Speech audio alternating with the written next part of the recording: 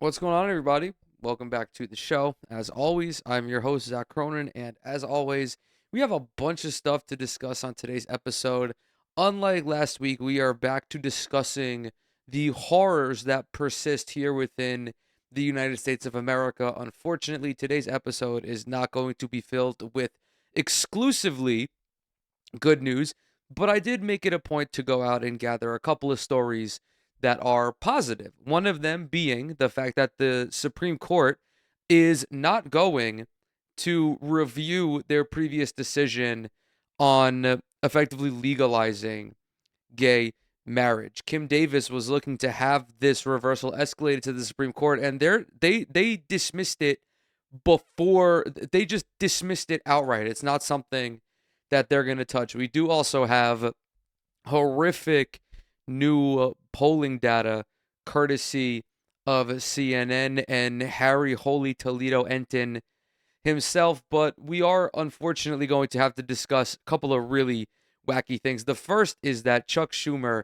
is a fucking disgrace. The Democratic leader of the House, pardon me, wow, the Senate Minority Leader, Chuck Schumer, is bringing a vote within the Senate to end the government shutdown, despite the fact that Democrats have all of the leverage in this situation. They hold all of the cards in this situation. The only like glimmer of hope regarding this is that Mike Johnson is still unsure if he will bring the House together for a vote, and I'm not even really calling it a positive because even the fucking fact that we're here is really disgraceful by Chuck Schumer. Donald Trump was also talking about a passing out a $2,000 dividend to everybody except high income earners because the tariffs are just they're an infinite money glitch in his estimation. Then we're gonna look at a proposed 50-year mortgage from somebody within the Trump administration,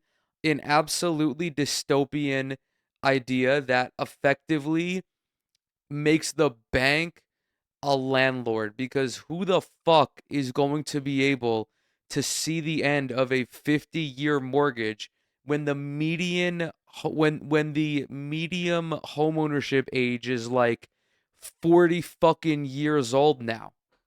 Before we get into everything, I just want to say hello to all of the new subscribers that I've gained after posting that video about Kyle Kalinske being the king of dark woke. The algorithm was very kind to that video. There were a lot of eyeballs that stumbled across it. Not only do I want to say hello, not only do I want to welcome you to this community, but I want to thank you for giving me your time. I want to thank you for taking 20 minutes out of your day to watch to watch that video and listen to my commentary. Thank you for the support. If you're a new subscriber, if you're an existing subscriber, I am grateful for your support as well, and I look forward to continuing to build this community. I'm hoping that I can make it to 1,000 subscribers by the end of the year. We have about 6 weeks until 2026. I'm less than 100 away. I think the last time I checked, I was at 920. I would be elated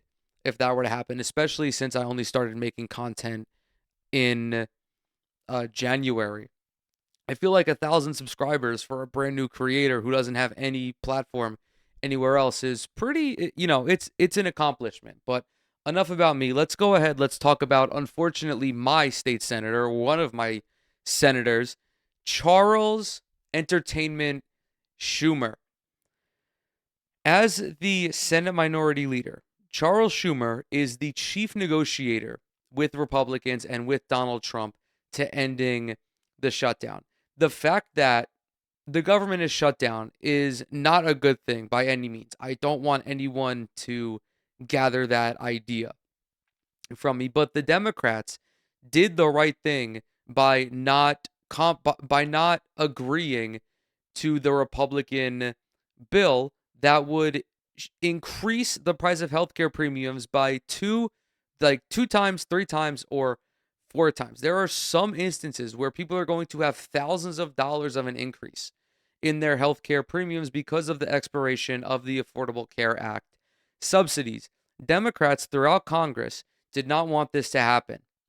But now it's going to happen after 40 days of a government shutdown because Chuck Schumer is a fucking loser. Because Chuck Schumer does not have a fucking spine. Because Chuck Schumer does not care about anybody in the United States. All he cares about is fucking Israel. That is literally his only priority. The Democrats were putting pressure on Republicans. The sentiment throughout the country was reflecting unfavorably upon the Republicans. The majority of voters looked at this government shutdown. The majority of people who were polled looked at this government shutdown and blamed the party in power, because the party in power is always the reason why the government shuts down. It is incumbent upon the Republican Party to have negotiated with Democrats to help keep the government open, since they need Democrat votes.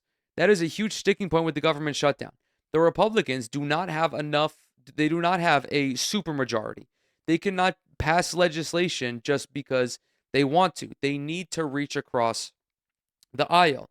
What's sickening about this Republican Party is they were unwilling to come to a bipartisan agreement on fucking healthcare.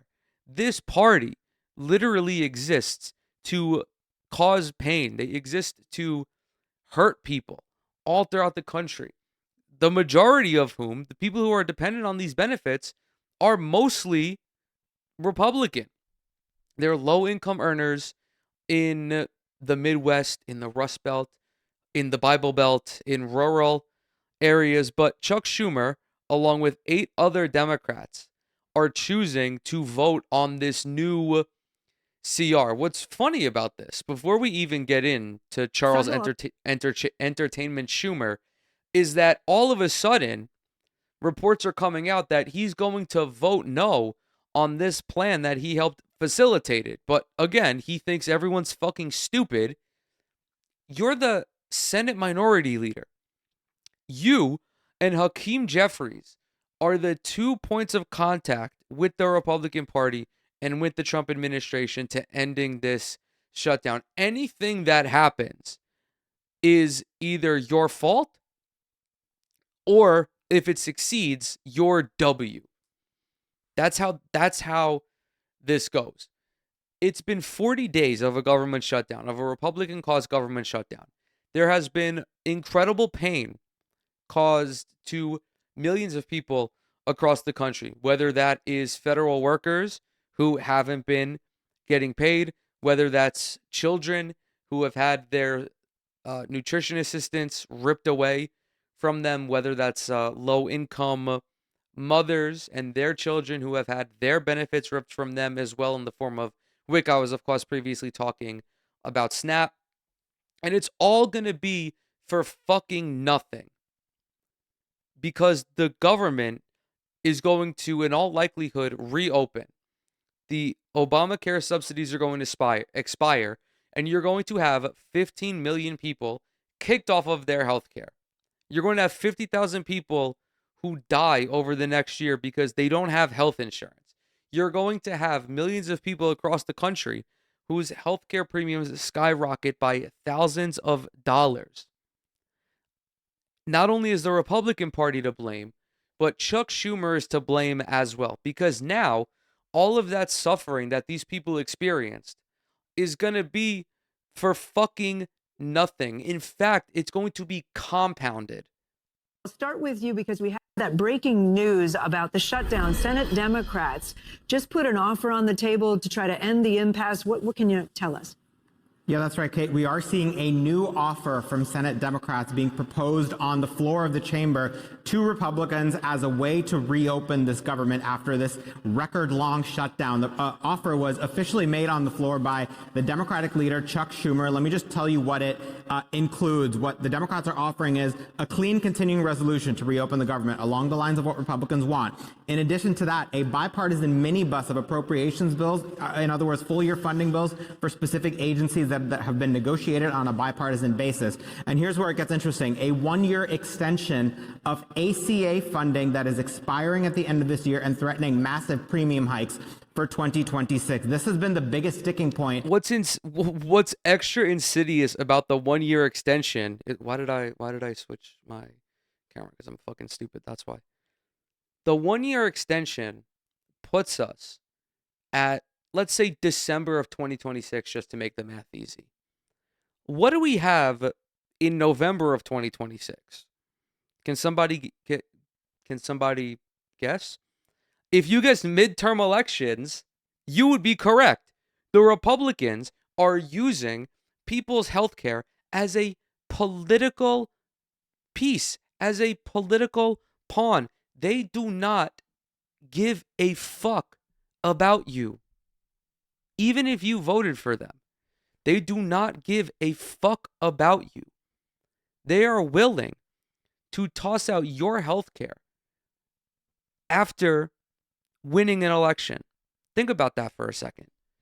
Think about the level of depravity that has to exist within the Republican Party for this to be the majority position. And Chuck Schumer is fucking going along with it for some reason. I'm so fucking fed up with this dude. If this video gets 10,000 likes, I'll primary Chuck Schumer in 2028. I'm just going to put it out there because literally anybody would be better than this fucking clown. We could put a goat in Washington, D.C. to represent the state of New York, and we'd be fucking better off than this goddamn guy.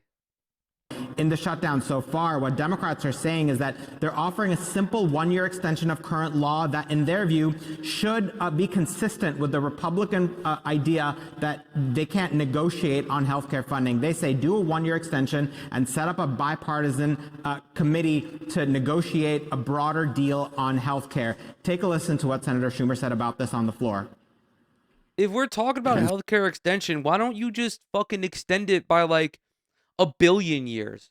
These people will do anything except advocate for universal health care. It's insane. Bernard Sanderson was on the Senate floor yelling about this, yelling about the need for universal health care. And yet all of these dipshit establishment Democrats are like, let's just do a 1-year extension. So that way, after we get fucking washed in the midterms, we will not only allow the Republicans to have a supermajority in both chambers of Congress, but we'll just have fucking 15 million people without health care. What kind of leadership is this? We are on the precipice of becoming a full-blown fucking fascist state. And the two most powerful Democrats are Chuck Schumer and Hakeem Jeffries. These people are not cut out to lead this fight.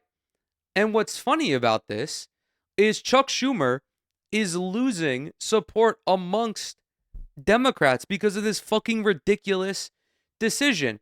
Hakeem Jeffries is not thrilled. I think we have a clip from him as well. No, we don't, but he was on Aaron Parnas's show and said, and in no uncertain terms said, this is silly.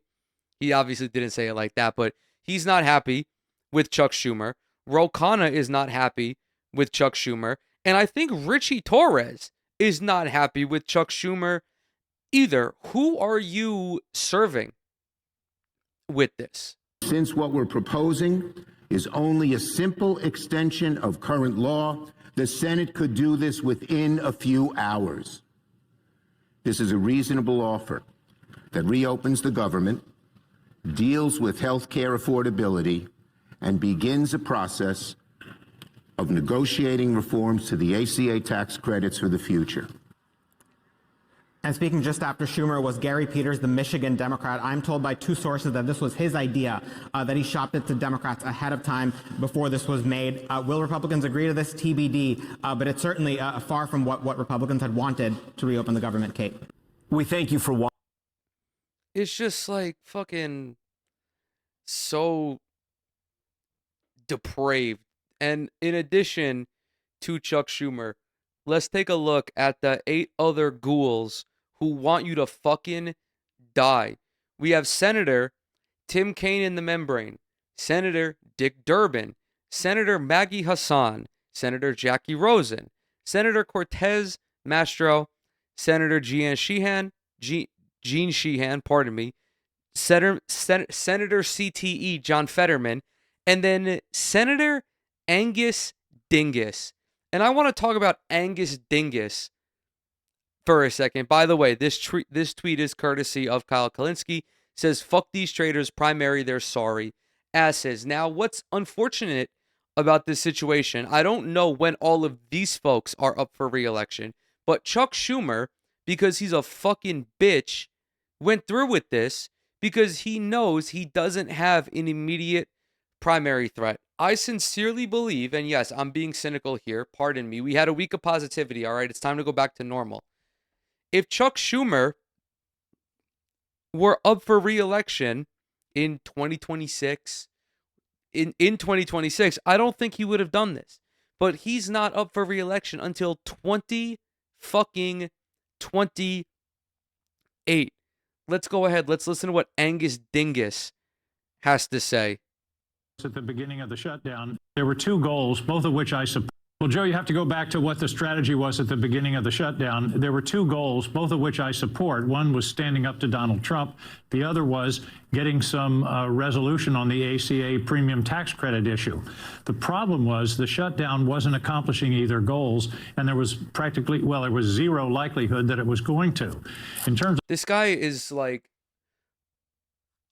he's prime real estate for fucking early onset dementia. Like, how do you serve in Congress and come to the conclusion that the shutdown was not putting pressure on Republicans? Donald Trump has a historically low approval rating.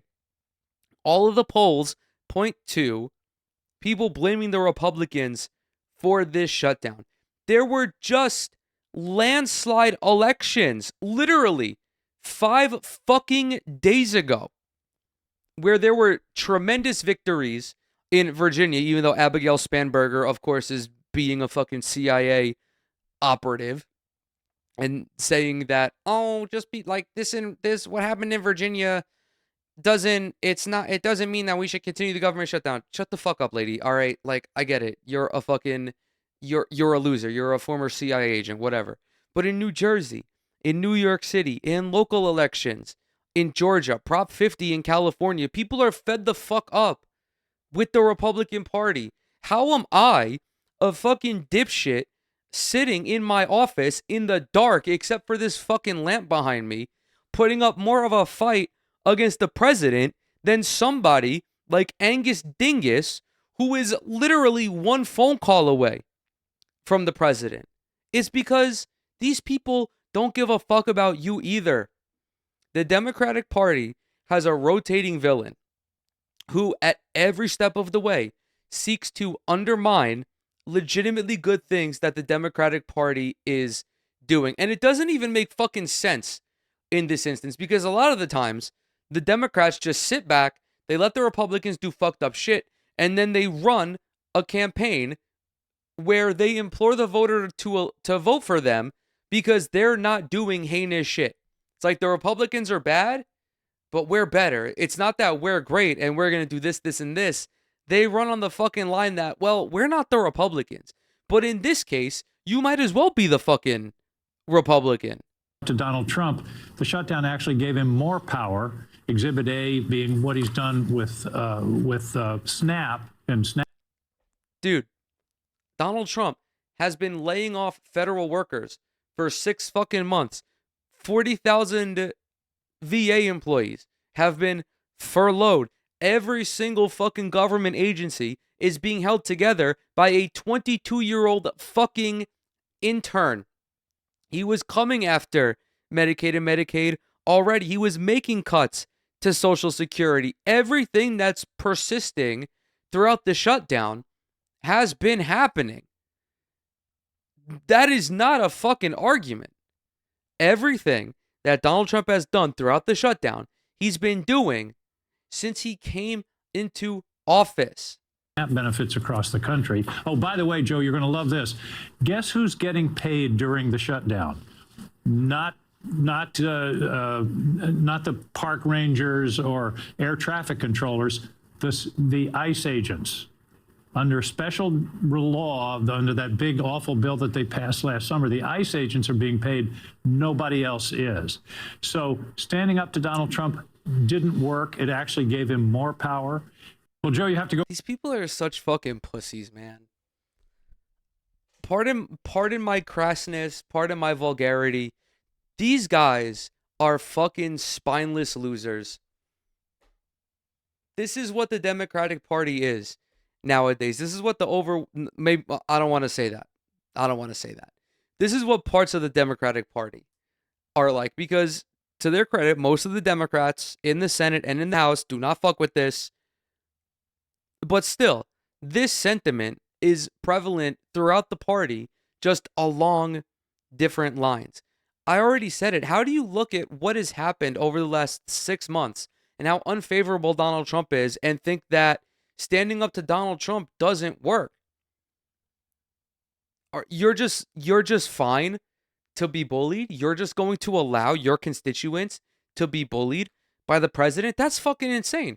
These people elected you. They put you in the halls of Congress to fight for them and to advocate for their best interests. And you're just going to lie down like a fucking dog and let the president of the United States and his gaggle of sexless loser wannabe fascists trample all over you? It's sickening. It's sickening. And it bucks reality. I already said all of this, guys. I said this literally 3 minutes ago. Donald Trump is remarkably unpopular. There is rising resentment throughout the country towards his administration. And Angus Dingus is willing to just take all of that and throw it out the fucking window. Ro Khanna, the Silicon Valley Democrat, was going on a fucking posting spree today, going after Chuck Schumer.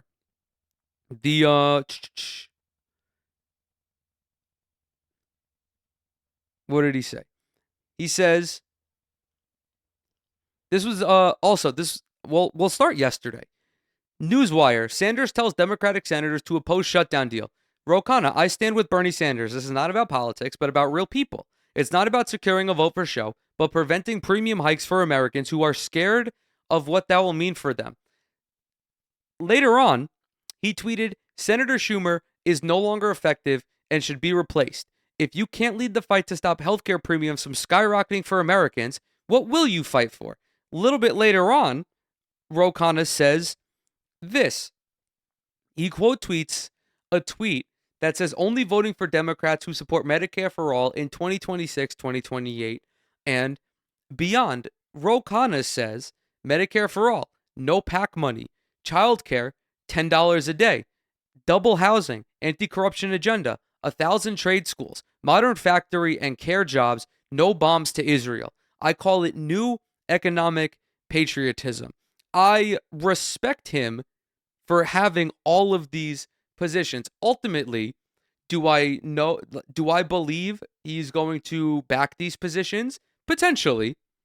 It's very likely. It's as likely as it is not, in my estimation. I think that all of the milquetoast Democrats in Congress are sensing where the wind is blowing. The wind is blowing towards the progressive wing of the party. That's Bernie Sanders. That's AOC. That's Rashida Tlaib. That's Ilhan Omar. That's Zoran Mamdani, who just became the mayor of New York City. Although not a member of Congress, he's still a very prominent figure in the Democratic Party. Everything that Ro Khanna said is literally the bare minimum, like healthcare reform, paid time off, higher minimum wage, universal childcare, free college. This is not only the correct agenda, not only the humane agenda, but it's the winning agenda.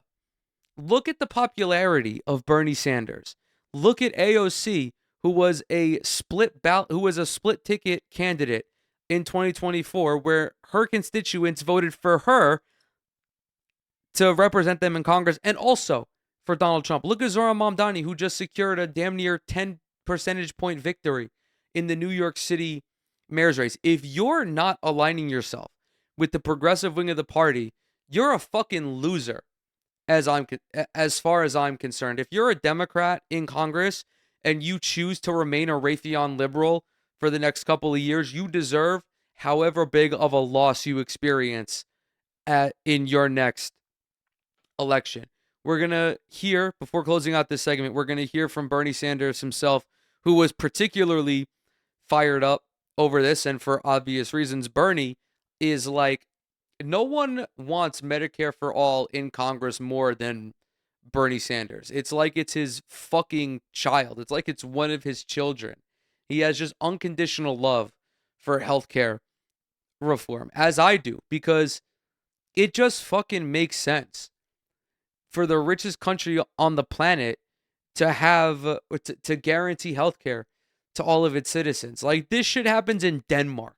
And I'm not talking shit about Denmark, but Denmark isn't the fucking economic powerhouse that the United States is. What this Senate is about to do is make a horrific situation even worse. So let's be clear what this vote is about.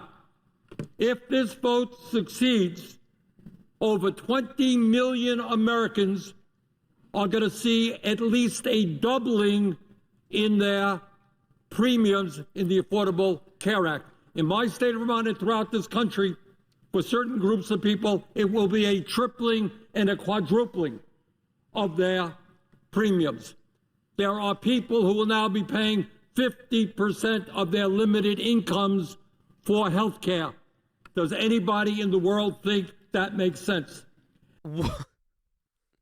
It's so like, we are so fucked, dude. Oh, that was the wrong lever on my chair. Well, I guess I shrunk now. No, I can't. It's too low. It's too low. Think about how ridiculous it is for people's healthcare premiums to skyrocket. And the fucking insane part about it is that our premiums are going to go up. You're going to go to the hospital for some fucking medical treatment, and they're going to send you a bill anyway. God, I want to take the CEO of every health insurance company, and I want to take every member of the health insurance lobby and just send them elsewhere. I want to dissolve these fucking companies. I want Medicare for all so fucking badly. But yet I got people like Charles Entertainment Schumer and Angus Dingus and John CTE Fetterman, Senator John CTE man, going out there and being like, no, this is actually the right thing to do because the government needs to be open. Like, what? Your constituents are gonna fucking die, man. There's like, we can't beat around the bush with this shit. And if this resolution is passed tonight, we are on a pathway to throw 15 million Americans off of Medicaid and the Affordable Care Act. 15 million. Our job is to create universal health care. Guarantee health care to every man, woman, and child, not throw 15 million people off the health care they have, low income and working class people.